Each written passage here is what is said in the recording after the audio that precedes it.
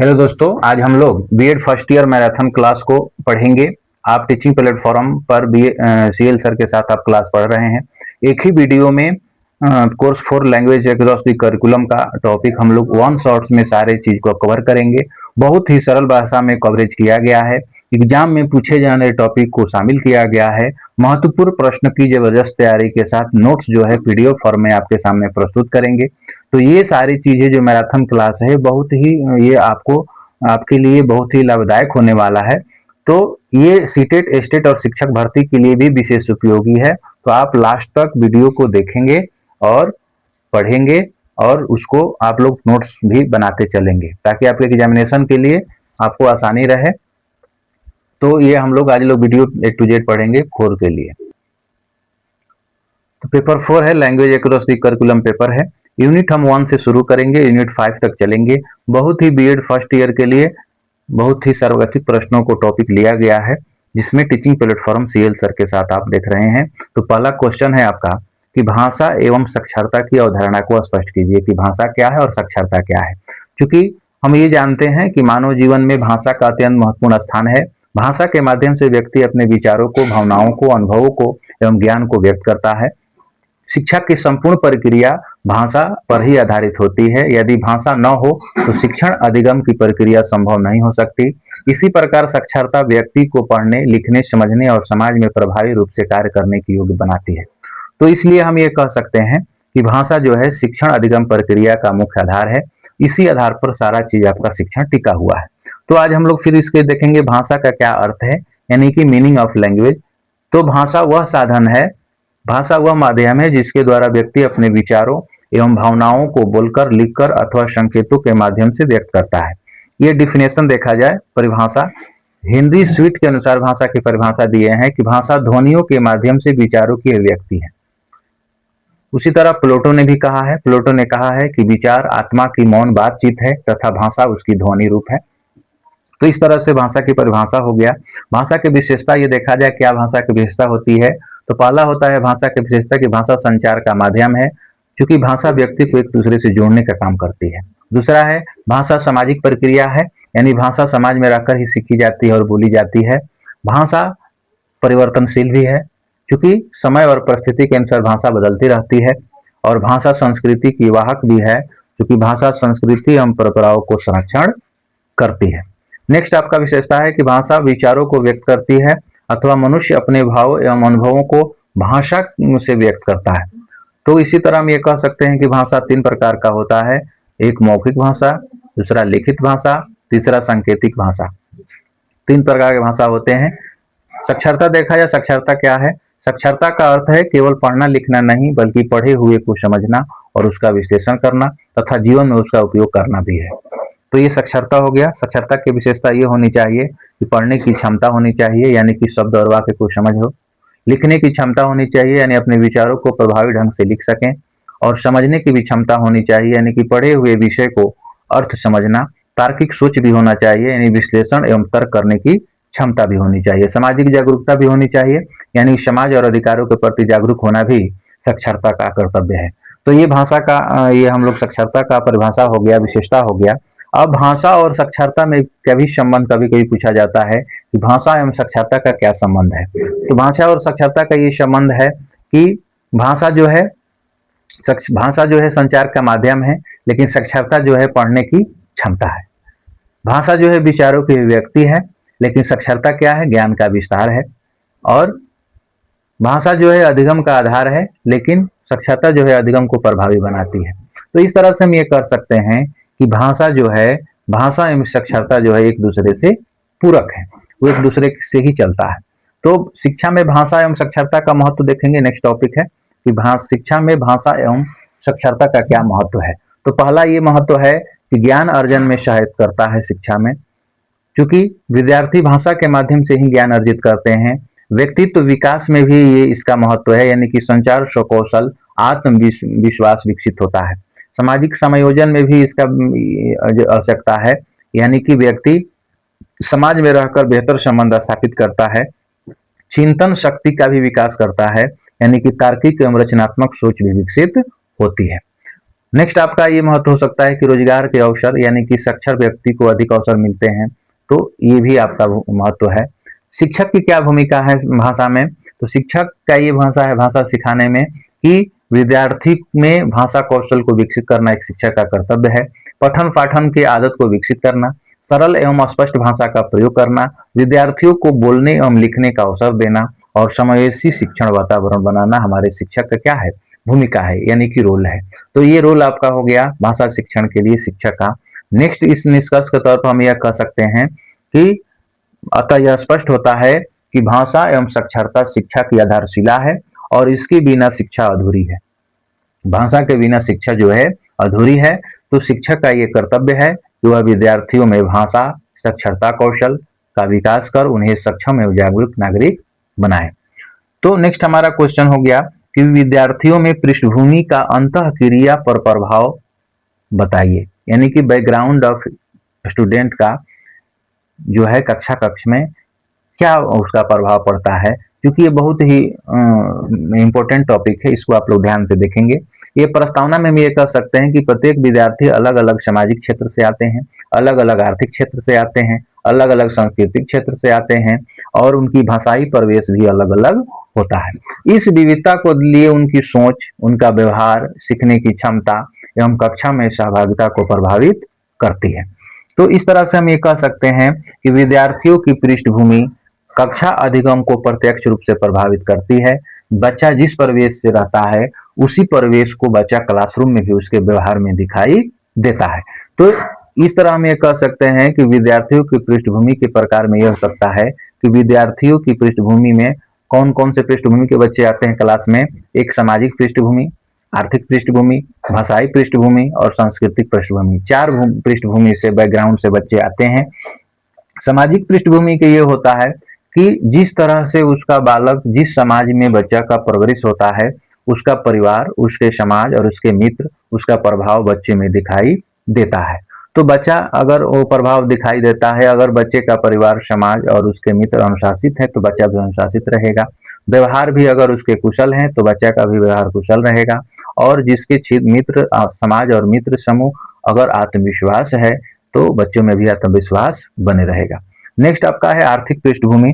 क्योंकि आर्थिक पृष्ठभूमि ये होता है कि बालक की हमारे बहुत से आर्थिक पृष्ठभूमि के बच्चे आते हैं, यानी कोई गरीब छात्र हैं, कोई धनी छात्र हैं, कोई आपको मध्यम वर्गीय छात्र हैं।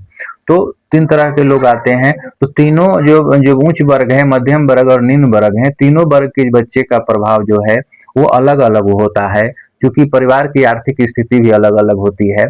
तो इसलिए बच्चों पर भी उसको प्रभावित करती है। यानी कि अगर वो अध्ययन सामग्री की उपलब्धता में की बात करें या तकनीकी सुविधा की बात करें या अध्ययन का वातावरण की बात करें, तो तीनों उच्च वर्ग, निम्न वर्ग और मध्यम वर्ग के बच्चों में अंतर दिखाई देती है और वही अंतर क्लासरूम में भी बच्चों को दिखाई देता है। भाषाई पृष्ठभूमि, भाषाई पृष्ठभूमि भी होता है कि बहुत से जो बच्चे होते हैं अनेक अलग अलग भाषा क्षेत्र से आते हैं, किसी का मातृभाषा और स्थानीय बोली में अंतर होता है तो उसका भी प्रभाव क्लासरूम में दिखाई देता है।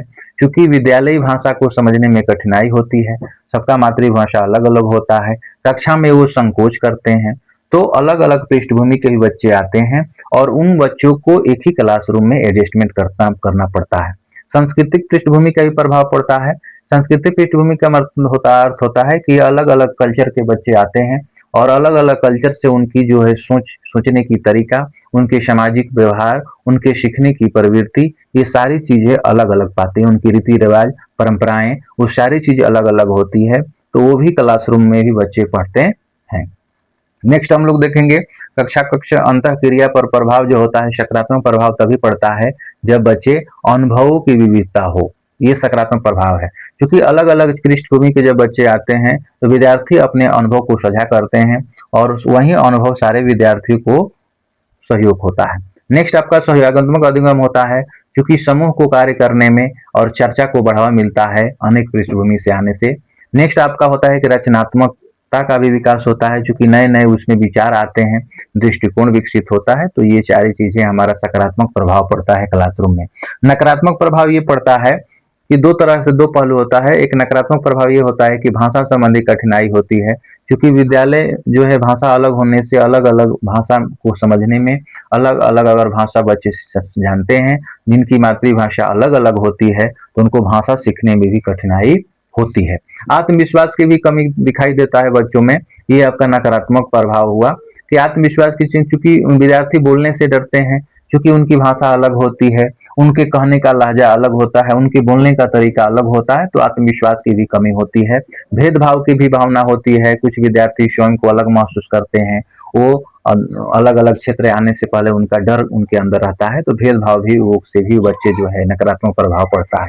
कम सहभागिता होती है, क्योंकि प्रश्न पूछने से बचते हैं, क्योंकि उनकी भाषा अलग है, उनकी समझने का तरीका अलग है और यहाँ क्लासरूम में जो है भाषा अलग होता है। तो शिक्षक की क्या भूमिका होनी चाहिए? शिक्षक की ये भूमिका होनी चाहिए कि समावेशी वातावरण बनाएं, सभी लोग को एक समान शिक्षा दें, सरल भाषा का प्रयोग करें, समूह गतिविधियां कराएं और मातृभाषा का सम्मान करें। बच्चा जिस भी भाषा में बोले उसको सम्मान करें, उनके लिए समझें, उनको प्रोत्साहित करें और सभी विद्यार्थियों को प्रोत्साहित भी करना है। तभी वो अलग अलग पृष्ठभूमि के बच्चे जब आएंगे एक साथ क्लास में पढ़ेंगे तो बच्चे कठिनाई अनुभव नहीं करेंगे। निष्कर्ष तौर पर हम ये कह सकते हैं कि यह इस प्रकार हमें स्पष्ट होता है कि विद्यार्थियों की पृष्ठभूमि, कक्षा अंतःक्रिया और अधिगम को प्रभावित करते हैं। शिक्षक को विद्यार्थियों की विविधता को समझकर लोकतांत्रिक एवं समावेशी वातावरण तैयार करना चाहिए। तो इस तरह से हमारा कक्षा अंतःक्रिया में पृष्ठभूमि का प्रभाव हुआ। नेक्स्ट हमारा क्वेश्चन ये है कि मौखिक एवं लिखित भाषा में अंतर स्पष्ट कीजिए। ये भी बहुत इंपॉर्टेंट क्वेश्चन है कि लिखित भाषा और मौखिक भाषा में क्या अंतर होता है। चूंकि भाषा को दो रूप प्रमुख होते हैं, एक मौखिक भाषा और एक लिखित भाषा। सांकेतिक भाषा भी होता है लेकिन उसको कहीं भी व्याकरणिक प्रयोग नहीं किया जाता है, तो मुख्य तौर पर हम लोग दो ही भाषा को प्रयोग करते हैं, क्योंकि दोनों संचार एवं शिक्षण अधिगम में बहुत ही महत्वपूर्ण माध्यम है। मौखिक भाषा वह होता है जो भाषा हम लोग बोलकर व्यक्त करते हैं, ओरल लैंग्वेज।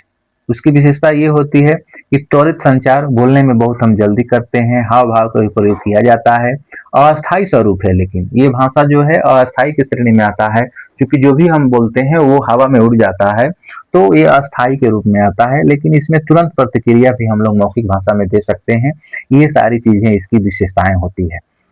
लिखित भाषा जो है रिटन लैंग्वेज, ये होता है कि जो हम लोग भाषा लिख कर व्यक्त करते हैं, उसकी विशेषता ये होती है कि ये अस्थायी स्वरूप है। जैसे मौखिक भाषा जो है अस्थायी है, उसको हम लोग अस्थायी नहीं कर सकते हैं, लेकिन आज की electric media, tape recorder, sound, ये सारी चीजें अस्थायी तो कर सकते हैं, लेकिन उसको अस्थायी की श्रेणी में रखा गया है।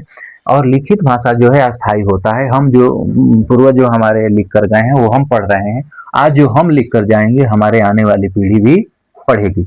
तो ये अस्थायी स्वरूप है। व्याकरणिक शुद्धता होती है लिखित भाषा में, और व्यवस्थित प्रस्तुति भी होती है, जिसमें वाक्य की संरचना होती है वो व्यवस्थित होती है और इसका रिकॉर्ड हम लोग सुरक्षित रह सकते हैं। ये सारी विशेषताएं हो सकती है। तो मौखिक एवं लिखित भाषा में अंतर देखा जाए क्या होता है, तो मौखिक भाषा जो होता है बोलकर हम व्यक्त करते हैं, लिखित भाषा लिख कर व्यक्त करते हैं। मौखिक भाषा अस्थायी होती है, लिखित भाषा अस्थायी होती है।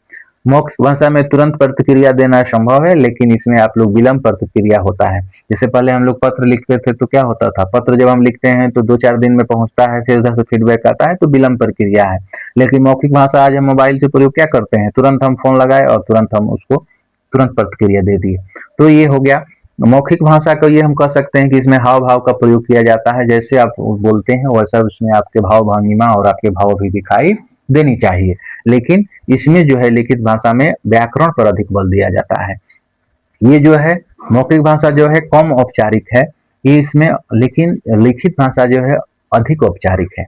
औपचारिक मतलब होता है उसका नियम कानून के अर्थ में उसको लिखते हैं। इसी तरह हम शिक्षा में क्या महत्व है, तो शिक्षा में इसका ये महत्व है कि मौखिक भाषा जो है आत्मविश्वास विकसित करती है, चर्चा और वाद विवाद को बढ़ावा देती है। बच्चे जो है तार्किक क्षमता का विकास करते हैं, तर्क से ज्यादा वो सीखते हैं। लिखित भाषा के क्या उसका तात्पर्य है, लिखित भाषा की विशेषता होती है कि ज्ञान को सुरक्षित रख सकते हैं और परीक्षा के लिए उपयोगी होता है। जो भी एग्जामिनेशन देते हैं वो लिखकर हम पढ़कर रिवाइज करके परीक्षा दे सकते हैं। शिक्षक की क्या भूमिका होनी चाहिए, तो ये शिक्षक की लिखित और मौखिक भाषा को विकसित करने में शिक्षक की भूमिका होना चाहिए कि विद्यार्थियों को बोलने का अवसर दें। बच्चे जब जितना ही बोलेंगे वो उतना ही बच्चे वो शुद्ध बोलेंगे और वो उनके स्पष्ट उनके विचार आएंगे। लेखन कौशल को भी विकसित करना शिक्षक की कर्तव्य है। प्रस्तुतिकरण एवं चर्चा कराना भी शिक्षक का कार्य है और भाषा की शुद्धता पर भी ध्यान देना शिक्षक का कार्य है। तो निष्कर्ष तौर पर हम यह कह सकते हैं कि मौखिक एवं लिखित भाषा दोनों शिक्षण अधिगम प्रक्रिया के लिए आवश्यक है। इनके सुरक्षित उपयोग करने से विद्यार्थियों को सर्वांगीण विकास संभव है। इस तरह से नेक्स्ट हमारा क्वेश्चन हो गया कि पठन बोध का क्या अर्थ है और उसका महत्व बताइए। ये चौथा क्वेश्चन है। बहुत ही यूनिट वाइज सारा चीज दिया गया है, आप अंत तक बने रहें, आपका सारा चीज एक ही वीडियो में खत्म होने वाला है। तो पठन बोध के लिए हम लोग पढ़ेंगे। पठन बोध वह होता है कि भाषा अधिगम का महत्वपूर्ण स्थान है। केवल पढ़ लेना पर्याप्त नहीं है, लेकिन पढ़े हुए विषय को समझना एवं उसका विश्लेषण करना भी आवश्यक है। तो पठन बोध का मतलब ये होता है कि पढ़कर समझना, अपने आत्मा को में उसको जगह देना। तो पठन बोध का यह अर्थ होता है कि किसी भी पाठ को पढ़कर उसका अर्थ समझें और उचित निष्कर्ष करने की क्षमता को पठन बोध कहते हैं। पठन बोध जो है रीडिंग कॉम्प्रहेंशन जो है बहुत से प्रकार के होते हैं। देखा जाए तो 3 प्रकार के हम कह सकते हैं पठन बोध होता है। शाब्दिक बोध, व्याख्यात्मक बोध और आलोचनात्मक बोध। जब भी हम लोग पढ़ते हैं 3 तरह के हम लोग ज्ञान अर्जित करते हैं। शाब्दिक बोध करते हैं, व्याख्यात्मक बोध हमको आता है, समझ आती है, और आलोचनात्मक बोध भी आती है। तो पठन बोध का ये महत्व है कि इसलिए पठन बोध का महत्व है कि भाषा विकास, क्योंकि भाषा क्षमता विकसित होती है। पठन बोध अगर पढ़कर अधिक समझ रहे हैं तो भाषा की क्षमता विकसित होती है। ज्ञान में वृद्धि होती है क्योंकि नए विषयों की जानकारी मिलती है। तार्किक क्षमता का भी विकास होता है क्योंकि विश्लेषण एवं चिंतन की शक्ति बढ़ती है। और शब्द भंडार में भी वृद्धि होती है क्योंकि नए शब्दों का ज्ञान मिलता है। तो ये हो गया। नेक्स्ट होता है कि परीक्षा में सफलता। अगर आपका पठन बोध अच्छा है तो उत्तर लिखने में क्षमता बेहतर होती है। पठन बोध विकसित करने का ये उपाय क्या है कि आप पठन बोध को विकसित कैसे करेंगे। तो नियमित पठन अभ्यास, नियमित आप पढ़ना है, प्रश्नोत्तर विधि का भी प्रयोग करना है, प्रश्न और उत्तर को भी पढ़ना है, समूह पठन पढ़ना है और सारांश को लिखवाना, शब्दकोश का प्रयोग करना। ये सारी चीजें विकसित करने का उपाय है। इससे आप पठन बोध विकसित कर सकते हैं। तो निष्कर्ष तौर पर हम ये कह सकते हैं कि पठन बोध विद्यार्थियों की समझ, चिंतन और विश्लेषण क्षमता को विकसित करता है तथा प्रभावी अधिगम को आधार बनाता है। ये बहुत ही अच्छा क्वेश्चन था। नेक्स्ट हमारा क्वेश्चन ये है यूनिट 1 से कि विषय अधिगम में मौखिक भाषा की भूमिका स्पष्ट कीजिए। क्योंकि ये प्रस्तावना है तो इसमें देखेंगे मौखिक भाषा शिक्षण अधिगम प्रक्रिया का महत्वपूर्ण माध्यम है। इसके माध्यम से विद्यार्थी क्या करता है, शिक्षक एवं विद्यार्थी विचारों को आदान प्रदान करते हैं। तो विषय अधिगम में मौखिक भाषा की यही भूमिका है। इस तरह से हम ये कह सकते हैं कि मौखिक भाषा प्रभावी शिक्षण का आधार भी है और मौखिक भाषा की भूमिका ये होती है कि संचार का माध्यम है, यानी कि विद्यार्थी और शिक्षक के बीच संवाद स्थापित होता है मौखिक से। विषय की स्पष्टता होती है, यानी कि कठिन विषयों को सरल हम लोग बनाते हैं मौखिक बोध से। और आत्मविश्वास का भी विकास होता है, यानी विद्यार्थियों में बोलने की क्षमता भी बढ़ती है। सक्रिय सहभागिता आती है, विद्यार्थी चर्चा और प्रश्नोत्तर में भाग लेते हैं। और चिंतन शक्ति का भी विकास होता है, यानी वाद विवाद एवं चर्चा से तार्किक सोच विकसित होती है। और सहयोगात्मक अधिगम का भी विकसित किया जाता है, यानी कि समूह चर्चा से सीखने में सहायता मिलती है। तो इस तरह से हम लोग कह सकते हैं कि मौखिक भाषा की प्रमुख रणनीतियां क्या है। तो रणनीतियां ये हो सकती है कि हम लोग मौखिक भाषा पढ़ने के लिए सबसे पहले मौखिक भाषा का प्रयोग करें, उसके बाद समूह चर्चा करें, कहानी कथन करें और भूमिका निर्वाह करें और वाद विवाद करें। मौखिक भाषा का ये लाभ है कि सीखना रोचक बनाता है, संचार कौशल विकसित होता है, झिझक दूर होती है और नेतृत्व क्षमता विकसित होती है। तो शिक्षक की भूमिका क्या है, रोल ऑफ शिक्षक। तो शिक्षक की भूमिका है कि विद्यार्थियों को बोलने का अवसर देना है, चर्चा अधिगम शिक्षण अपनाना है, सरल एवं स्पष्ट भाषा का प्रयोग करना है और विद्यार्थियों को प्रश्न पूछने हेतु प्रेरित करना है। इससे हम लोग मौखिक भाषा का प्रयोग कर सकते हैं। निष्कर्ष तौर पर यह हम कह सकते हैं कि मौखिक भाषा विषय अधिगम का प्रभावी माध्यम है और विद्यार्थियों में आत्मविश्वास, सहभागिता, संचार कौशल और चिंतन क्षमता को भी विकसित करती है। तो यूनिट 1 में 5 क्वेश्चन को उसको दिया गया है, 5 क्वेश्चन जो है, और यूनिट 2 में भी हम लोग 4-5 क्वेश्चन में इसको खत्म करेंगे। बहुत ही आप लोग को सर्वाधिक तरीके से इसको तैयार किया गया है, आप ध्यान पूर्वक उसको पढ़ते रहें। यूनिट 2 में जो हमारा यूनिट 2 है language diversity and multi language, ये जो है भाषा विविधता और बहुभाषिकता है। पहला इसका क्वेश्चन ये बनता है कि गृह भाषा और विद्यालयी भाषा में अंतर अतः कीजिए, यानी कि होम लैंग्वेज और स्कूल लैंग्वेज में क्या अंतर है, तो इसको हम लोग पढ़ेंगे। स्कूल लैंग्वेज, तो इस तरह से हम लोग कह सकते हैं कि बालक सबसे पहले क्या करता है कि अपने घर और परिवार में भाषा को सीखता है, जिसे हम लोग गृह भाषा कहते हैं, यानी होम लैंग्वेज कहते हैं। विद्यालय में शिक्षा प्राप्त करने के लिए जिस भाषा का प्रयोग किया जाता है उसे विद्यालयी लैंग्वेज कहते हैं, यानी कि स्कूल लैंग्वेज कहते हैं। दोनों भाषाएं विद्यार्थियों के अधिगम एवं व्यक्तित्व विकास में महत्वपूर्ण भूमिका निभाती है। तो एग्जाम पॉइंट में हम ये कह सकते हैं कि गृह भाषा जो है बालक के भावनात्मक विकास का आधार है, जबकि विद्यालयी भाषा जो है शैक्षिक विकास का आधार है। तो गृह भाषा वह होता है कि वह भाषा जो बालक अपने घर, परिवार एवं समुदाय में बोलना और समझता है, गृह भाषा कहलाती है। गृह भाषा के क्या विशेषता होनी चाहिए, तो गृह भाषा की विशेषता होती है कि सरल और सहज होती है। बालक सरल ढंग से और सहज ढंग से वो सीख लेता है। और अनौपचारिक होती है, क्योंकि ये बोलकर सुनी हुई बातें से सीखी जाती है। यह भावनात्मक जुड़ाव होता है और बालक इसे स्वाभाविक रूप से सीखता है। ये किसी के द्वारा सिखाया नहीं जाता है, बच्चा नेचुरली ढंग से सीखता है। मातृभाषा के रूप में इसका प्रयोग किया जाता है। स्कूल लैंग्वेज के बारे में देखा जाए, स्कूल लैंग्वेज वह है कि विद्यालय में शिक्षण अधिगम कार्य के लिए प्रयुक्त भाषा विद्यालयी भाषा कहलाती है। जो भी हम लोग विद्यालय में भाषा सीखते हैं वो स्कूल लैंग्वेज है। इसकी विशेषता ये होती है कि ये अनौपचारिक भाषा होती है। इसमें व्याकरण शुद्धता पर बल दिया जाता है और पाठ्यक्रम आधारित होता है, इसमें सिलेबस आधारित होता है। ज्ञान अर्जन का माध्यम भी है विद्यालयी भाषा और परीक्षा एवं मूल्यांकन भी किया जाता है। लेकिन गृह भाषा में ऐसा नहीं है। दोनों में अंतर देखा जाए कि गृह भाषा और विद्यालयी भाषा में क्या अंतर होते हैं, तो गृह भाषा जो है घर में प्रयोग किया जाता है, विद्यालयी भाषा जो है विद्यालय में प्रयोग किया जाता है। दूसरा अंतर ये हो सकता है कि गृह भाषा अनौपचारिक होता है, लेकिन विद्यालयी भाषा औपचारिक होता है। गृह भाषा जो है सरल एवं सहज होता है, लेकिन विद्यालयी भाषा नियमबद्ध होता है, ये नियम से लिखा जाता है। नेक्स्ट आपका होता है गृह भाषा जो है भावनात्मक जुड़ाव अधिक होता है, लेकिन विद्यालयी भाषा जो है शैक्षणिक उद्देश्य इसका मुख्य होता है, यानी कि स्वाभाविक रूप से ये सीखी जाती है गृह भाषा, लेकिन विद्यालयी भाषा शिक्षण द्वारा सीखी जाती है, किसी के द्वारा सिखाया जाता है। तो ये सारा अंतर हुआ। शिक्षा में गृह भाषा का क्या महत्व है, तो पहला ये महत्व होता है कि सीखने में सरलता आती है, यानी बालक अपनी भाषा को जल्दी सीखता है। आत्मविश्वास का विकास होता है, यानी विद्यार्थी खुलकर अपनी बात करते हैं। भावात्मक सुरक्षा भी होती है, यानी बालक सहज महसूस करता है। सांस्कृतिक संरक्षण भी इससे होता है, यानी कि भाषा संस्कृति एवं परंपराओं को सुरक्षित रखती है। तो ये सारी चीजें हैं। शिक्षक की क्या भूमिका है, तो शिक्षक इस चीज को कर सकते हैं, विद्यार्थियों की मातृभाषा का सम्मान करें, सरल एवं द्विभाषिक शिक्षण अपनाएं, गृह भाषा एवं विद्यालय भाषा के बीच संतुलन बनाएं और विद्यार्थियों को प्रोत्साहित करें। तो ये स्कूल लैंग्वेज जो है गृह लैंग्वेज उसको अच्छी तरह से सीख सकता है। निष्कर्ष तौर पर हम ये कह सकते हैं कि गृह भाषा जो है विद्यालयी भाषा दोनों विद्यार्थियों के सर्वांगीण विकास में महत्वपूर्ण भूमिका निभाते हैं और शिक्षक के दोनों के बीच समन्वय स्थापित करना चाहिए, तभी बच्चे का संपूर्ण विकास हो सकता है। दूसरा क्वेश्चन है कि डिफिसिट थ्योरी की व्याख्या करें। ये थ्योरी है जो भाषा के लिए बहुत ही महत्वपूर्ण थ्योरी होता है। पहला आपका है कि शिक्षा के क्षेत्र में डिफिसिट थ्योरी एक महत्वपूर्ण सिद्धांत है कि आप लोग इस सिद्धांत के अनुसार कुछ बच्चों उनकी सामाजिक, आर्थिक एवं भाषाई पृष्ठभूमि के कारण कमजोर माना जाता है।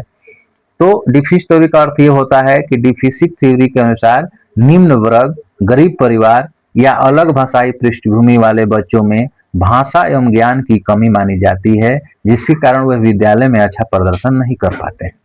तो डिफिसिट थ्योरी की मुख्य मान्यता ये थी कि भाषा की कमी होती है, संस्कृति की कमी होती है और जो बच्चों जो है कमजोर पारिवारिक वातावरण से आते हैं और अधिगम में उनकी कठिनाई होती है। तो ये डिफिसिट थ्योरी का मुख्य रूप से इसका क्या है, थ्योरी का मुख्य विचार था। मुख्य विचार ये होता है कि गरीब बच्चों की भाषा कमजोर मानी जाती है क्योंकि उनकी भाषा विद्यालयी भाषा से अलग होती है। सांस्कृतिक इनका कमी होती है क्योंकि निम्न वर्ग के जो बच्चे को कम सांस्कृतिक अनुभव वाला माना जाता है और विद्यालयी भाषा अलग होती है, इससे बच्चों को सीखने में कठिनाई होती है। अधिगम क्षमता कम मानी जाती है, यानी कि बच्चों को कमजोर विद्यार्थी समझा जाता है। डिफिसिट थ्योरी की आलोचना देखा जाए कि आलोचना ये होती है कि पक्षपातपूर्ण सिद्धांत है। यह सिद्धांत गरीब एवं ग्रामीण बच्चों के लिए नकारात्मक दृष्टिकोण रखता है और यह विविधता इसका सम्मान नहीं करता, यह बच्चों की भाषा एवं संस्कृति को महत्व नहीं देता है, इसमें आत्मविश्वास की कमी आती है क्योंकि विद्यार्थियों को हीन भावना विकसित होती है, गलत धारणा इसमें होता है, यानी कि हर बच्चा अपनी भाषा एवं परिवेश में सक्षम होता है। तो शिक्षा का क्या प्रभाव है? तो शिक्षा का ये प्रभाव है कि विद्यार्थियों में संकोच उत्पन्न होता है और कक्षा में सहभागिता कम होती है, सीखने में रुचि कम होती है, आत्मविश्वास प्रभावित होता है। इसका समाधान यही है कि समावेशी शिक्षा को अपनाएं, बच्चों को समावेशी शिक्षा दें, मातृभाषा आधारित शिक्षण कराएं, सभी भाषाओं को सम्मान, सकारात्मक शिक्षण वातावरण अपनाएंगे, तभी ये इसको कमी किया कि दूर किया जा सकता है। शिक्षक की क्या भूमिका है? शिक्षक की ये भूमिका है कि सभी विद्यार्थियों को समान अवसर दें, विद्यार्थियों की भाषा एवं संस्कृति का सम्मान करें, सकारात्मक दृष्टिकोण अपनाएं और प्रोत्साहन आधारित शिक्षण करना। निष्कर्ष तौर पर हम ये कह सकते हैं कि डिफिस थ्योरी बच्चों को विविधता को कमजोरी मानती है, जबकि प्रत्येक बच्चा अपनी भाषा एवं संस्कृति में सक्षम होता है।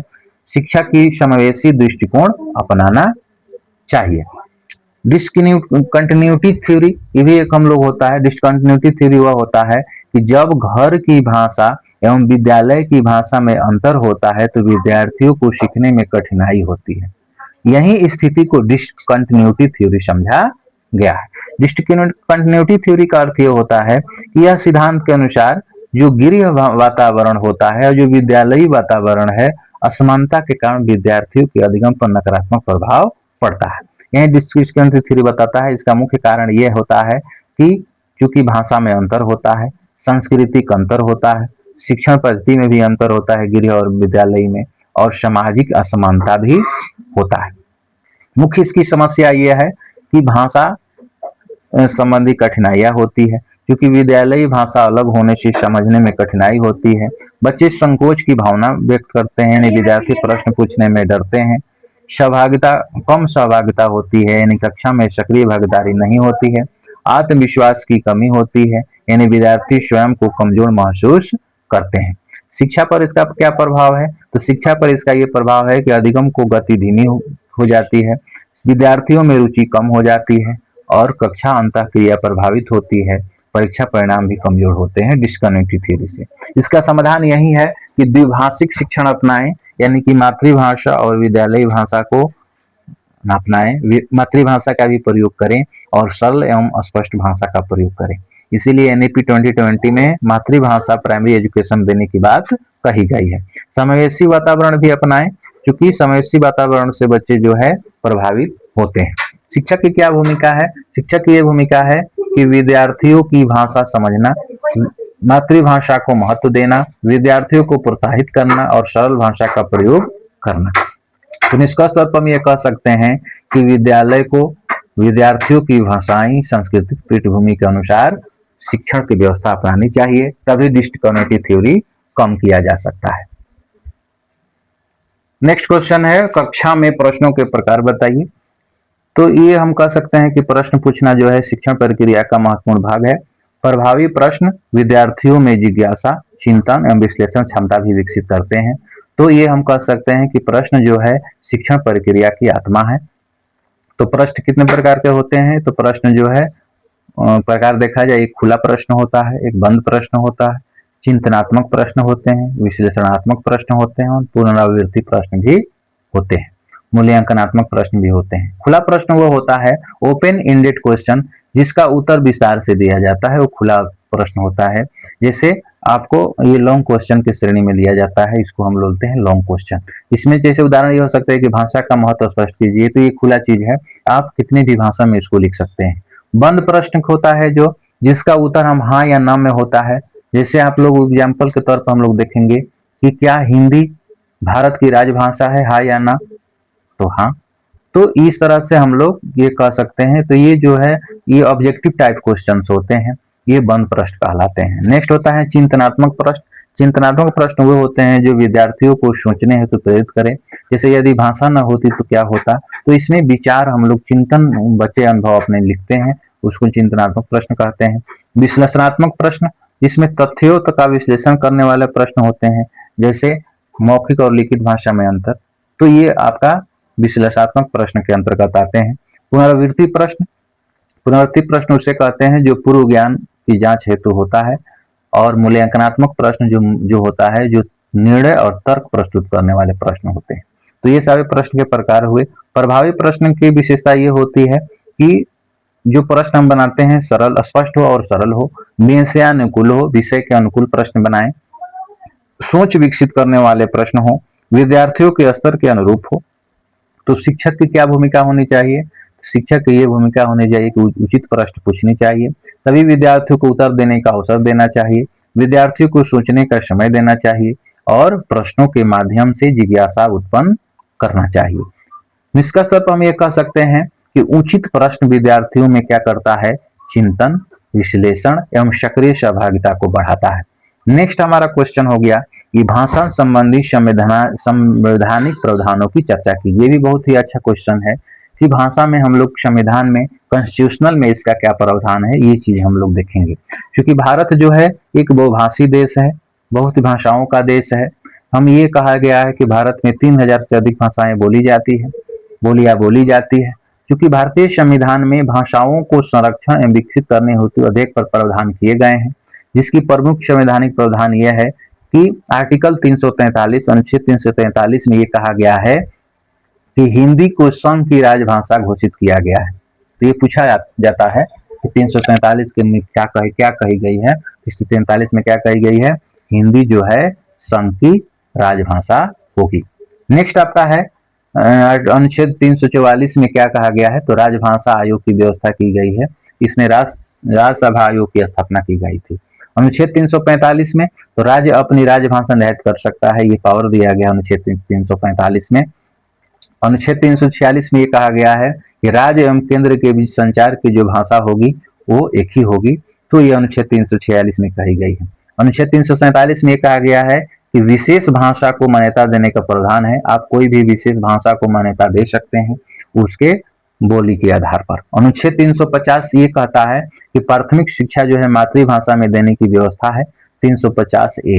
और 351 ये कहता है कि संविधान में कि हिंदी भाषा के विकास पर बल देता है, आर्टिकल 351। तो 8वीं अनुसूची देखा जाए, क्योंकि भारतीय संविधान में 8वीं अनुसूची में ही 22 भाषाओं की मान्यता प्राप्त है। तो 22 भाषाएं आज तक हम लोग 8वीं अनुसूची में उसको मिलता है। त्रिभाषा सूत्र देखा जाए, त्रिभाषा सूत्र क्या है? त्रिभाषा ये सूत्र है कि बच्चों को 3 भाषाओं का ज्ञान होना चाहिए। पहला है कि मातृभाषा और क्षेत्रीय भाषा, दूसरा है आपका हिंदी और तीसरा है अंग्रेजी एवं अन्य भाषा। 3 भाषाओं तक ये कहा गया है त्रिभाषा सूत्र में कि बच्चों को माध्यमिक स्तर पर कम से कम 3 भाषाओं का ज्ञान होना चाहिए। संवैधानिक प्रावधान का क्या महत्व है देखा जाए, चूंकि भाषाई समानता को बढ़ावा मिलता है, संविधान में इसको रखने से मातृभाषा का संरक्षण मिलता है, राष्ट्रीय एकता मजबूत आती है और भाषाई विविधता का भी सम्मान होता है। तो निष्कर्ष तौर पर हम ये कह सकते हैं कि भारतीय संविधान की भाषाई समानता एवं विविधता दोनों को महत्व देता है तथा सभी भाषाओं का विषय का समर्थन करता है। नेक्स्ट आपका क्वेश्चन ये हो गया कि भारत में भाषाई विविधता की समस्या एवं समाधान बताइए कि भारत में भाषाई विविधता की क्या समस्याएं हैं और इसका समाधान क्या है। क्योंकि भारत जो है बहुभाषी देश है, जहां अनेक भाषाएं बोली जाती है और बोलियां बोली जाती है। यह विविधता हमारी संस्कृति की शक्ति है, परंतु कई चुनौतियां भी उत्पन्न करती है। क्या वो करती है ये देखा जाए, क्योंकि भाषा जो है, भारत की भाषाई विविधता अपनी संस्कृति समृद्धि का प्रतीक है, ये हम कह सकते हैं। भाषाई विविधता क्या समस्याएं हैं? भाषाई विविधता में ये समस्याएं हैं कि संचार संबंधी कठिनाई उत्पन्न होती है, क्योंकि अलग अलग भाषाओं के कारण संवाद में समस्या आती है। नेक्स्ट आपका ये समस्या है कि शिक्षण में कठिनाई होती है, क्योंकि हम लोग विद्यालयी भाषा और मातृभाषा में अंतर पाया जाता है। भाषा विवाद की समस्या होती है, यानी कि क्षेत्रीय भाषाओं को लेकर विवाद है। और प्रशासनिक कठिनाई भी होती है, क्योंकि सरकारी कार्यों में भाषा संबंधी समस्याएं उत्पन्न होती है। राष्ट्रीय एकता पर भी इसका प्रभाव पड़ता है, यानी कि भाषाई विविधता से असमानता की भावना उत्पन्न होती है। तो इस तरह से हम कह सकते हैं कि भाषाई विविधता का समाधान कैसे हो सकता है। तो ये समाधान हो सकता है कि बहुभाषिक शिक्षा दीजिए, मातृभाषा आधारित शिक्षण दीजिए, सभी भाषाओं को समान व्यवहार कीजिए, तकनीक का उपयोग कीजिए और राष्ट्रीय एकता को बढ़ावा दीजिए। तभी ये जो है समाज भाषाई विविधता का समाधान हो सकता है। तो समाधान को विस्तार से ये समझेंगे कि समाधान कैसे हो सकता है। तो बहुभाषिक शिक्षा, बहुभाषिक शिक्षा का मतलब है कि विद्यालयों में बहुभाषिक शिक्षा की व्यवस्था करें, माने बहुत भाषाओं का पढ़ाने पढ़ने की विशेषता पठन का व्यवस्था करें। मातृभाषा आधारित शिक्षा दें, यानी कि प्राथमिक स्तर पर मातृभाषा को शिक्षा देना चाहिए। सभी भाषाओं को समान करें, यानी सभी भाषाओं को समान महत्व दीजिए। तकनीकी एवं अनुवाद का प्रयोग कीजिए, यानी कि डिजिटल माध्यम से भाषा को बाधा को कम कीजिए, तभी ये भाषा विविधता कम किया जा सकता है। राष्ट्रीय एकता को भी बढ़ावा दीजिए, यानी कि भाषाओं को सांस्कृतिक संपत्ति मानना, इससे भी हम लोग हो सकता है। शिक्षक की क्या भूमिका है भाषा विविधता कम करने के लिए? क्योंकि भाषा विविधता को समान करें शिक्षक, तभी विद्यार्थी वो सीख सकते हैं। विद्यार्थियों को समान अवसर दें और बहुभाषिक शिक्षण अपनाएं। समावेशी वातावरण भी बनाना कर्तव्य है। तो निष्कर्ष तौर पर हम ये कह सकते हैं कि भाषाई विविधता उनकी शक्ति है और उचित नीति और समावेशी शिक्षा के माध्यम से इसे राष्ट्रीय विकास का आधार बनाया जा सकता है। भाषा का क्या कार्य है? नेक्स्ट हम लोग देखा जाए फंक्शन ऑफ लैंग्वेज, भाषा का क्या कार्य है इन द क्लासरूम और आउटसाइड द क्लासरूम। भाषा का क्या कार्य है? भाषा का क्या कार्य है ये देखा जाए। चूंकि भाषा मानव जीवन का अभिन्न अंग है, तो क्लासरूम में इसका कक्षा के अंदर भाषा का क्या कार्य है? Function of language in the classroom, पहला कार्य है कि ज्ञान को संप्रेषण करना कक्षा के अंदर कार्य है, वो भाषा से ही होता है। नेक्स्ट है निर्देशात्मक कार्य। कोई भी हम लोग जब होमवर्क देते हैं, प्रोजेक्ट वर्क देते हैं, तो वो सारा चीज भाषा से ही देते हैं। प्रश्नोत्तर कार्य, कोई भी हम लोग प्रश्न उत्तर बच्चे पर पूछकर विद्यार्थियों को समझ को जांचना होता है तथा विद्यार्थी को अपनी क्षमताएं और भाषा के माध्यम से ही व्यक्त करता है। नेक्स्ट आपका ये हो सकता है प्रेरणात्मक कार्य। बच्चे को जो भी हम लोग प्रशंसा देते हैं, उत्साह देते हैं, सकारात्मक शब्दों का प्रयोग करता है, वो भाषा के माध्यम से भी होता है। अनुशासनात्मक कार्य, जो भी हम लोग कक्षा में नियम व्यवहार समयबद्धता भाषा के माध्यम से ही नियंत्रित होती है। और मूल्यांकनात्मक कार्य भी भाषा के द्वारा ही होता है, यानी कि जो भी हम लोग मौखिक परीक्षा देते हैं, लिखित परीक्षा लेते हैं या प्रस्तुति करते हैं, वो सारा चीज भाषा से ही होता है। रचनात्मकता का भी विकास होता है। बच्चा जो है कविता, निबंध, वाद विवाद, कहानी, ये सारी चीज जो है भाषा के माध्यम से ही करते हैं। सामाजिक कौशल का विकास होता है भाषा के माध्यम से, यानी समूह चर्चा की बात हो या सहयोगात्मक अधिगम की बात हो, इससे संवाद क्षमता बढ़ती है। कक्षा के बाहर भाषा का क्या कार्य है ये देखा जाए। कक्षा के कार्य भाषा के क्या कार्य है? पहला आपको होता है सामाजिक संपर्क, यानी क्लासरूम के जब हम बाहर होते हैं तो भाषा के माध्यम से ही परिवार में हो या मित्रों पड़ोसियों, वो हम भाषा के माध्यम से ही हम उसका प्रयोग करते हैं। भावात्मक अभिव्यक्ति होती है, यानी मनुष्य अपने सुख दुख प्रेम क्रोध आदि जो भी प्रकट करता है वो भाषा के माध्यम से ही होता है। सूचनात्मक कार्य, जब भी हम लोग समाचार पत्र हो या टीवी मोबाइल इंटरनेट का प्रयोग करते हैं, वो भाषा के माध्यम से ही करते हैं, वो क्लासरूम के बाहर किया जाता है। व्यवहारिक जीवन में इसका उपयोग करते हैं, यानी कि जब खरीदारी करते हैं, यात्रा करते हैं या बैंक में कार्य हो या अस्पताल में, तो जो भी कार्य करते हैं वो भाषा के माध्यम से ही करते हैं। सांस्कृतिक संरक्षण, लोकगीत हो, कहावतें हो, परंपराएं हो, भाषा शिक्षण हो, पीढ़ी दर पीढ़ी चलती रहती है, ये सारी चीजें भाषा के माध्यम से ही होती है। व्यक्तित्व विकास भी हम लोग करते हैं, भाषा के माध्यम से ही होता है। लोकतांत्रिक सहभागिता, जब भाषा की बात हो, मतदान हो, जनसंपर्क हो, ये भाषा की भूमिका अहम होती है। तो निष्कर्ष तौर पर हम ये कह सकते हैं कि भाषा केवल संप्रेषण का माध्यम नहीं है, बल्कि मानव जीवन के विकास का आधार है। क्योंकि कक्षा के भीतर यह ज्ञान को निर्माण के माध्यम है, तो कक्षा के बाहर सामाजिक जीवन का स्तंभ है। प्रभावी भाषा प्रयोग से न केवल शिक्षण गुणवत्ता बढ़ती है, बल्कि व्यक्ति का सर्वांगीण विकास भी होता है। नेक्स्ट हमारा क्वेश्चन देखा जाए कि शिक्षा एवं पाठ्यक्रम में भाषा क्या होता है। शिक्षा एवं पाठ्यक्रम में क्या भाषा है? क्योंकि मानव भाषा जो है मानव जीवन का मूल आधार है, तो ये जो है शिक्षा में बहुत ही इसका अर्थ होता है कि शिक्षा में भाषा का यह अर्थ होता है कि शिक्षा में भाषा का अर्थ केवल पढ़ना लिखना नहीं है, बल्कि इसमें शामिल क्या क्या है? सुनना बोलना, जो चीज पढ़ना लिखना, चिंतन अभिव्यक्ति। तो इस तरह से हम लोग शिक्षा में भाषा की ये भूमिका है। ज्ञान प्राप्ति का माध्यम भी है, बौद्धिक विकास होता है इससे, और सामाजिक एवं सांस्कृतिक विकास होता है, भावात्मक विकास होता है भाषा से, और व्यक्तित्व का विकास होता है। पाठ्यक्रम में भाषा का क्या स्थान है ये देखा जाए। क्योंकि पाठ्यक्रम में भाषा का यह स्थान होता है कि संप्रेषण कौशल को विकसित करना, रचनात्मक लेखन को बढ़ावा देना, आलोचनात्मक सोच विकसित करना और बहुभाषिकता को प्रोत्साहित करना। और भाषा पाठ्यक्रम में जीवन उपयोगी बनाता है तथा विद्यार्थियों को वास्तविक जीवन से जोड़ता है। राष्ट्रीय शिक्षा नीति 2020 में भाषा का क्या प्रावधान है ये देखा जाए। एनईपी 2020 में मुख्य इसकी बिंदु है कि भाषा कक्षा 5, संभव हो तो कक्षा 8 तक मातृभाषा में ही शिक्षा दीजिए।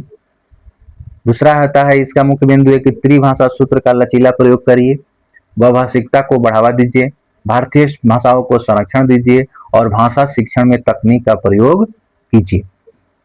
तो इससे क्या होगा कि एनईपी 2020 में भाषा का विकास होगा। अतः हम ये कह सकते हैं कि शिक्षा एवं पाठ्यक्रम में भाषा का केंद्रीय स्तंभ है। यह न केवल अकादमिक उपलब्धि बढ़ाती है बल्कि विद्यार्थियों में सामाजिक रूप से सक्षम भी बनाती है। राष्ट्रीय शिक्षा नीति 2020 में भाषा की शिक्षा को आधार मानते हुए क्या किया जाता है, समावेशी, बहुभाषिक और सांस्कृतिक रूप से समृद्ध शिक्षा के मार्ग प्रशस्त करती है। नेक्स्ट हमारा होता है क्वेश्चन कि लर्निंग लैंग्वेज एवं लर्निंग थ्रू लैंग्वेज। सारे यूनिट को कवर कर दिया गया है, आप लास्ट तक बने रहेंगे। तो एक होता है भाषा अधिगम, एक होता है भाषा के माध्यम से अधिगम। ये बहुत ही मेन टॉपिक है। पहले हम लोग जाना है कि लर्निंग लैंग्वेज क्या है। लर्निंग लैंग्वेज का मतलब होता है कि भाषा को स्वयं विषय से के रूप में सीखना। पहले हम लोग क्या करते हैं कि भाषा को सीखते हैं। भाषा सीखने के क्रम में वह प्रक्रिया में छात्र भाषा की संरचना को सीखता है, शब्दावली को सीखता है, व्याकरण को सीखता है, उच्चारण करता है और व्यक्ति कौशल से परिचित कराता है। लर्निंग लैंग्वेज इसका मुख्य उद्देश्य ये होता है कि सुनने, बोलने, पढ़ने और लिखने में कौशल को विकास करना, शब्द भंडार को बढ़ाना, व्याकरणिक शुद्धता लाना और विचारों को स्पष्ट रूप से व्यक्त करना। तो इस तरह से होता है। इसका शैक्षिक ये महत्व होता है कि संप्रेषण क्षमता विकसित होता है, आत्मविश्वास बढ़ता है, सामाजिक सहभागिता में सुधार होता है और उच्च शिक्षा के लिए आधार तैयार होता है। लर्निंग थ्रू लैंग्वेज ये होता है कि भाषा के माध्यम से सीखना। इसका मतलब यह होता है कि भाषा को माध्यम बनाकर अन्य विषयों का ज्ञान प्राप्त करना। इससे भाषा उपकरण की भूमिका निभाती है, एक टूल्स का भूमिका निभाती है। जैसे आपका होता है, इसका मुख्य उद्देश्य होता है कि विषय वस्तु को समझना, विचार विमर्श द्वारा अवधारणात्मक निर्माण करना, आलोचनात्मक चिंतन करना और अनुभव आधारित सीख। तो एग्जाम्पल के तौर पर ये देख सकते हैं कि हिंदी में इतिहास पढ़ना, अंग्रेजी में विज्ञान पढ़ना और कक्षा की चर्चा में गणितीय समस्याएं हल करना, यह भाषा के माध्यम से ही होता है। तो ये एक लर्निंग लैंग्वेज होता है। सबसे पहले हम लोग भाषा को सीखते हैं। जब हम भाषा सीख जाते हैं तो उसी भाषा के माध्यम से हम अन्य विषय का भी ज्ञान अर्जित करते हैं, उसको बोलते हैं लर्निंग थ्रू लैंग्वेज। इसका यह अर्थ होता है कि अवधारणाएं स्पष्ट हो जाती है, सक्रिय अधिगम को बढ़ावा मिलता है, तार्किक सोच विकसित होती है और सहभागिता बढ़ती है। निष्कर्ष तौर पर हम ये कह सकते हैं कि लर्निंग लैंग्वेज और लर्निंग थ्रू लैंग्वेज दोनों एक दूसरे के पूरक हैं। भाषा को सीखना आवश्यक है ताकि उसी भाषा के माध्यम से जीवन के विभिन्न विषयों को समझा जा सके और प्रभावी शिक्षण तभी संभव है जब शिक्षक इन दोनों प्रक्रियाओं में संतुलन को अपनाएं। पहले लर्निंग लैंग्वेज अपनाएं, उसके बाद लर्निंग थ्रू लैंग्वेज, यानी कि पहले भाषा को सिखाएं और जब बच्चे भाषा सीख जाते हैं तब वो विषय को स्टार्ट करें। शिक्षा में भाषा संबंधी राजनीतियां ये देखा जाए कि studying state policy on language in education.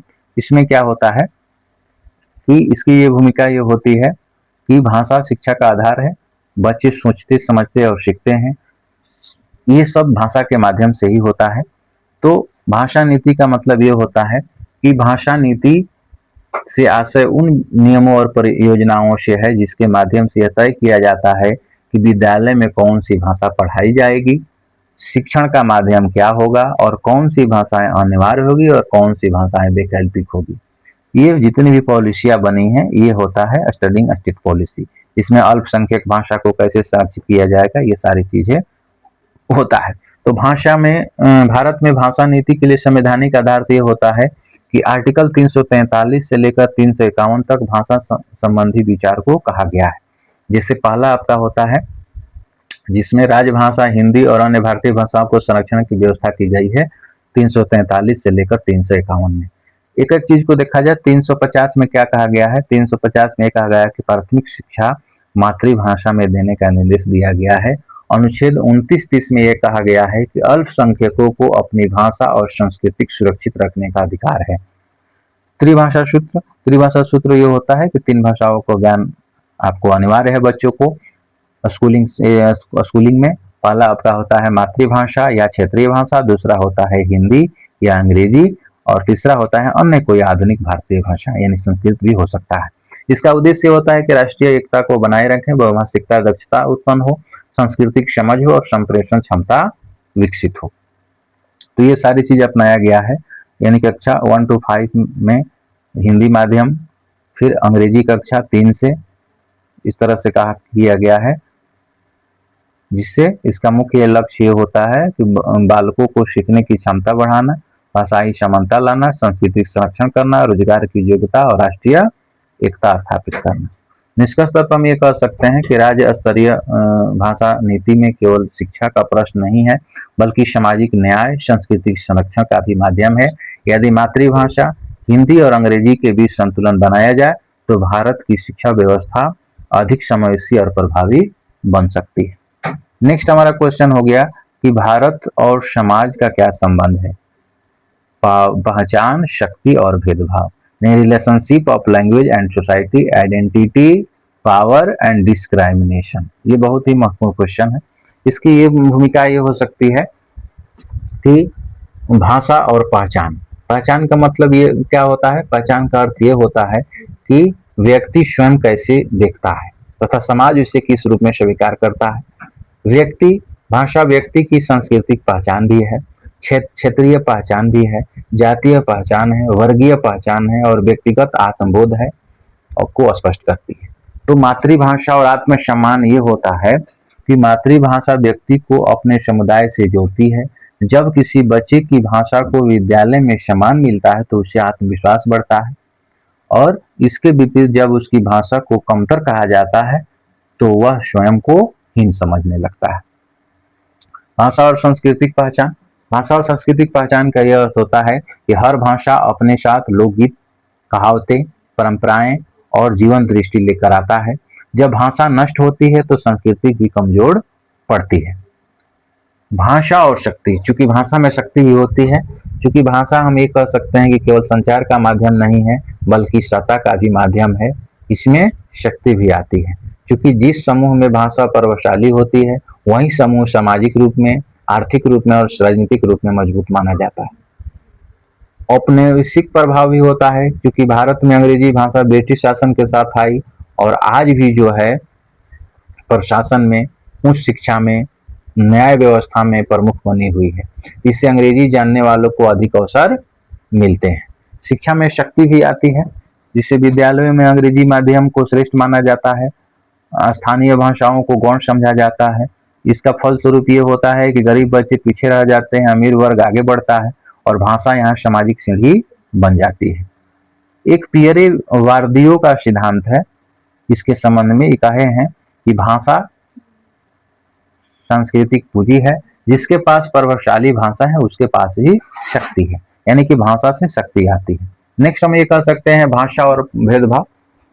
चूंकि भाषा जो है भेदभाव भी दिखाई देता है, क्योंकि भाषा के आधार पर होने वाले भेदभाव को हम लोग लिंग्विस्टिक डिस्क्रिमिनेशन कहते हैं, भाषाई विविधता कहते हैं। इससे क्या होता है कि भेदभाव के बहुत रूप होते हैं, जैसे उच्चारण पर मजाक, ग्रामीण बोली को हीन समझना, अंग्रेजी न जानने वालों को अयोग्य मानना, कक्षा में मातृभाषा बोलने पर दंड, ये सारे भेदभाव होता है। विद्यार्थियों का भी प्रभाव पड़ता है, क्योंकि भाषाई विविधता से छात्रों में हीन भावना आती है, डर आता है, सीखने में बाधा उत्पन्न होती है, आत्मविश्वास की कमी होती है और स्कूल छोड़ने की प्रवृत्ति पैदा हो जाती है। शिक्षक की क्या भूमिका होना चाहिए?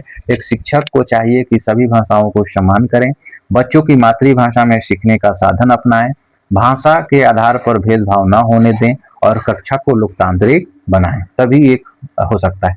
निष्कर्ष पर हम ये कह सकते हैं कि भाषा समाज की आत्मा है और यह पहचान भी बनाती है, शक्ति भी निर्धारित करती है और कभी कभी भेदभाव भी पैदा करती है। तो भाषा केवल सुनने का साधन नहीं है बल्कि सामाजिक न्याय की पूंजी भी है। भाषा शिक्षण देखा जाए, लैंग्वेज टीचिंग, लैंग्वेज भाषा शिक्षण वो होता है जब हम लोग भाषा को सीखते हैं, वही होता है भाषा शिक्षण। भाषा शिक्षण का ये उद्देश्य क्या होना चाहिए देखा जाए, भाषा शिक्षण का ये उद्देश्य है कि संप्रेषण क्षमता विकसित होती है, चारों भाषाओं कौशलों का विकास होता है भाषा शिक्षण में। भाषा शिक्षण में 4 कौशल कौन कौन से होते हैं? पहला होता है सुनना, लिसनिंग, दूसरा होता है बोलना यानी स्पीकिंग, तीसरा होता है रीडिंग यानी कि पढ़ना, 14 होता है राइटिंग यानी कि लिखना। यह चारों कौशलों को संतुलित भाषा का विकास करना उसका मुख्य उद्देश्य है। व्यक्तित्व विकास करना भी भाषा शिक्षण का उद्देश्य है। साहित्यिक रुचि का भी विकास करना और नैतिक एवं मानवीय मूल्यों को भी विकास करना। सामाजिक एवं सांस्कृतिक चेतना लाना भी इसका मुख्य कार्य है। जीवनोपयोगी कौशलों का विकास करना, ये भी हमारा भाषा शिक्षण का उद्देश्य है। इसका लक्ष्य ये होना चाहिए कि पहला लक्ष्य होता है कि भाषा शिक्षण का विशिष्ट लक्ष्य इस प्रकार है कि पहला होता है भाषाई लक्ष्य, भाषाई लक्ष्य होना चाहिए। दूसरा होता है कौशलात्मक लक्ष्य, कौशलात्मक लक्ष्य का मतलब होता है कि श्रवण कौशल विकसित करना, स्पष्ट एवं प्रभावी बोलने की क्षमता, पाठन गति और समझ बढ़ाना, सुलेख एवं सृजनात्मक लेख लिखना। बौद्धिक लक्ष्य भी है, बौद्धिक लक्ष्य में ये होना चाहिए कि तार्किक सोच विकसित करना, आलोचनात्मक चिंतन को बढ़ावा देना और समस्या समाधान की क्षमता विकसित करना। भावात्मक लक्ष्य भी होना चाहिए, भावात्मक लक्ष्य में संवेदनशीलता विकसित करना, भावात्मक अभिव्यक्ति को प्रोत्साहित करना, साहित्य के प्रति रुचि उत्पन्न करना। नेक्स्ट होता है सामाजिक लक्ष्य। सामाजिक लक्ष्य में यह होता है कि समाज में प्रभावी संवाद सिखाना, सहयोग एवं सामूहिक कार्य की संभावना विकसित करना, सांस्कृतिक मूल्यों की समझ पैदा करना। तो निष्कर्ष तौर पर हम ये कह सकते हैं कि भाषा शिक्षण केवल एक विषय का अध्ययन नहीं है, बल्कि यह व्यक्ति को सर्वांगीण विकास का माध्यम है। इससे के द्वारा क्या करता है, विद्यार्थी न केवल ज्ञान अर्जित करता है बल्कि एक जागरूक, संवेदनशील और सक्षम नागरिक भी बनता है। इसलिए प्रभावी भाषा शिक्षण किसी भी शिक्षा प्रणाली की सफलता की कुंजी है।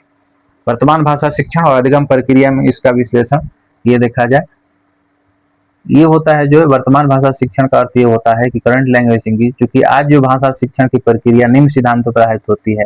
विद्यार्थी केंद्र में होता है, शिक्षक मार्गदर्शक होता है और सीखना सक्रिय और अनुभवात्मक होता है। इससे क्या होता है कि मूल्यांकन निरंतर चलता रहता है, तकनीकी सहायक भूमिका निभाती है और इसे लर्नर सेंटर अप्रोच भी कहा जाता है। वर्तमान भाषा शिक्षण प्रक्रिया की विशेषता ये होती है कि विद्यार्थी केंद्रित शिक्षण होता है, चाइल्ड सेंट्रल टीचिंग होता है। दूसरा होता है संप्रेषणात्मक दृष्टिकोण होता है। तीसरा होता है गतिविधि आधारित अधिगम होती है। चौथा है बहुभाषिक कक्षा होता है। बहुभाषिक कक्षा मतलब होता है कि विद्यार्थियों को मातृभाषा का आधार बनाकर दूसरी भाषाएं सिखाई जाती है। तकनीकी आधारित शिक्षण होता है। तकनीकी आधारित शिक्षण में smart board, mobile app, digital पुस्तक, वीडियो ऑडियो, ऑनलाइन कक्षा, ये सारी चीजें की जाती है। अनुभवात्मक अधिगम, लर्न बाय डूइंग के माध्यम से छात्र स्वयं अनुभव प्राप्त करते हैं, जैसे फील्ड वर्क, इंटरव्यू, रिपोर्ट लेखन। भाषा शिक्षण में एनालिटिक्स विश्लेषण। एनालिटिक्स का अर्थ यह होता है कि सीखने के समय आंकड़ों को संग्रह करना, विश्लेषण करना और उसके आधार पर सुधार। भाषा शिक्षण में एनालिटिक्स का मुख्य क्षेत्र क्या होता है ये देखा जाए। पहला होता है विद्यार्थी प्रगति विश्लेषण। दूसरा होता है सतत एवं समग्र मूल्यांकन। तीसरा होता है कमजोर विद्यार्थियों की पहचान। चौथा होता है व्यक्तिगत अधिगम योजना। तो निष्कर्ष तौर पर हम ये कह सकते हैं कि वर्तमान भाषा शिक्षण अधिगम प्रक्रिया आधुनिक, सहभागी और कौशल आधारित है। एनालिटिक्स का प्रयोग हम लोग करते हैं, शिक्षा में अधिक वैज्ञानिक, व्यक्तिगत और परिणामोन्मुख बन रही है।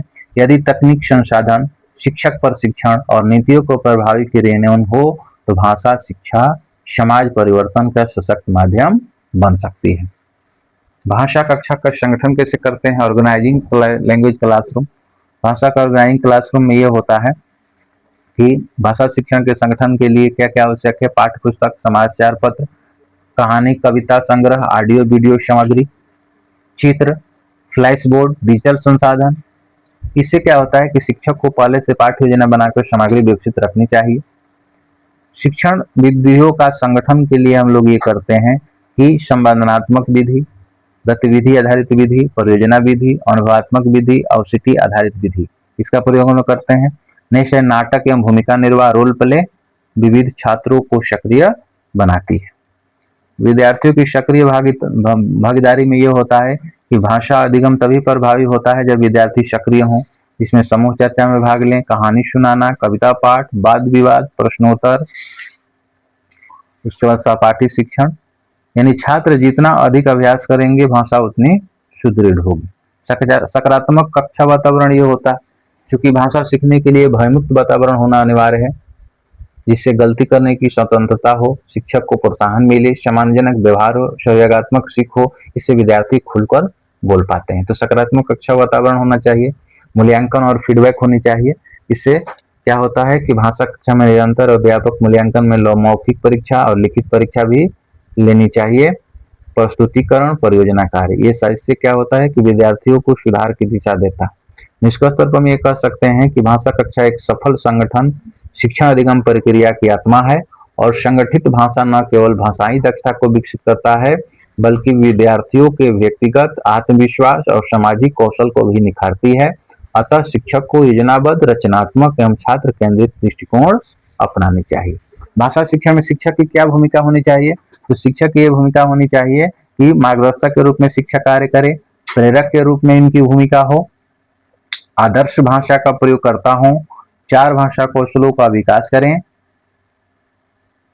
और कक्षा वातावरण का निर्माता रहें, सृजनात्मकता को बढ़ावा दें, मूल्यांकनकर्ता के रूप में शिक्षक का कार्य है, सांस्कृतिक संवाहक भी हैं और तकनीकी सहायक भी हैं, समावेशी दृष्टिकोण अपनाना है शिक्षक को।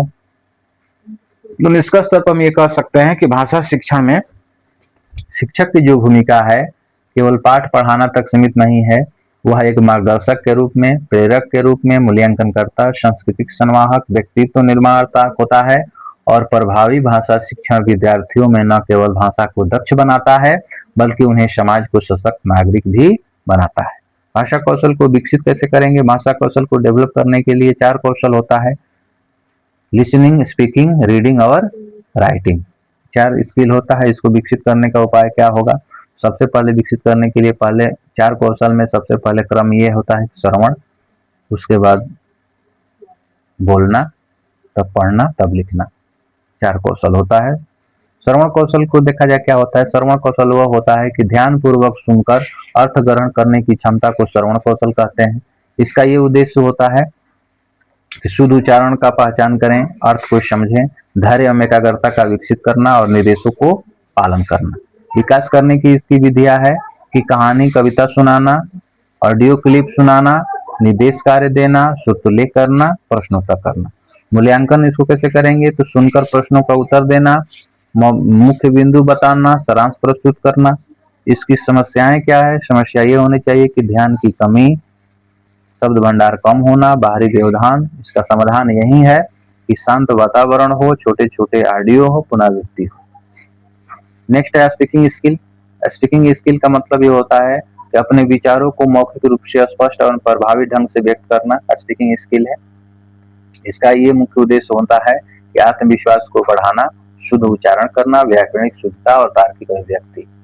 विकास करने की गतिविधियां ये होती है कि वाद विवाद से समूह चर्चा, भूमिका अभिनय, चित्र देखकर कहानी कहना और दैनिक वार्तालाप अभ्यास। शिक्षक की क्या भूमिका होनी चाहिए? तो शिक्षक की भूमिका यह सकारात्मक प्रतिक्रिया देना, त्रुटि सुधार को प्रोत्साहनात्मक बनाना और छात्रों को बोलने का अवसर देना। नेक्स्ट हमारा है वाचन कौशल। वाचन कौशल रीडिंग स्किल वह होता है कि लिखित सामग्री को समझकर अर्थ ग्रहण करना वाचन कौशल है। वाचन कौशल कितने प्रकार के होते हैं? तो 4 प्रकार के, मौन वाचन, स्वर वाचन, गहन वाचन, व्यापक वाचन। इसका उद्देश्य ये होता है कि शब्द भंडार को वृद्धि करना, समझ की क्षमता विकसित करना और रचनात्मक सोच। इसको विकसित करने का उपाय है कि समाचार पत्र पढ़ना, कहानी, पुस्तकें, पाठ की सारांश पढ़ेंगे तो इसको विकसित होगा।